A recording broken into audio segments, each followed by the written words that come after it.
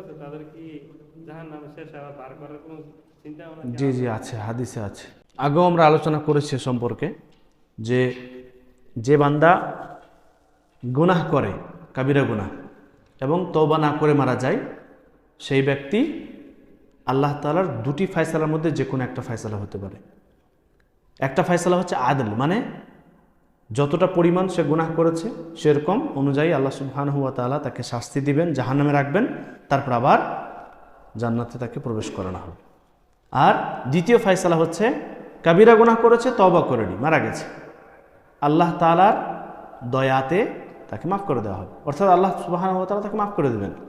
তো যেই বান্দার সাথে আদলের ফয়সালা হবে, মানে গুনাহ করেছে, উদাহরণস্বরূপ সুদ খেয়েছে বা কোনো হারাম কাজের সাথে যুক্ত হয়েছে, তো এই যে হারাম কাজ সে করলো এবং তওবা করলো না, মারা গেল, সে তওবা না করে মারা গেছে, তো তার সাথে আদলের যদি ফয়সালা হয় তাহলে সে ততদিন পর্যন্ত যতদিন আল্লাহ সুবহানাহু ওয়া তাআলা তার জন্য লিখিত রেখেছেন, চাইবেন, ততদিন পর্যন্ত জাহান্নামে থাকবে, তারপরে সে আবার জান্নাতে যাবে।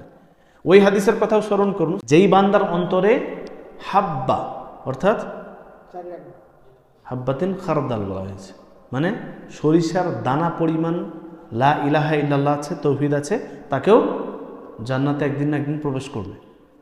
অর্থাৎ গুনাহ করছে সারা জীবন, কিন্তু একত্ববাদে একদম বিশ্বাস আছে, কিন্তু কাবিরা গুনাহ থেকে হতে আছে, সুদও খেয়েছে, ঘুষও দিয়েছে, মাঝে মাঝে নেশাদ্রব্যর সাথেও যুক্ত হয়েছে, ফিল্ম টিনিও দেখেছে, মেয়েদের সাথে অশ্লীল কাজও করেছে, সবই করেছে, কিন্তু এই সমস্ত গুনাহগুলো হয়তো তার আদলের ফয়সালা হলে জাহান্নামে থাকলো, কিন্তু ঈমান তার ঠিক ছিল, ঈমান তার ঠিক ছিল, মানে একত্ববাদী বিশ্বাস ঠিক ছিল।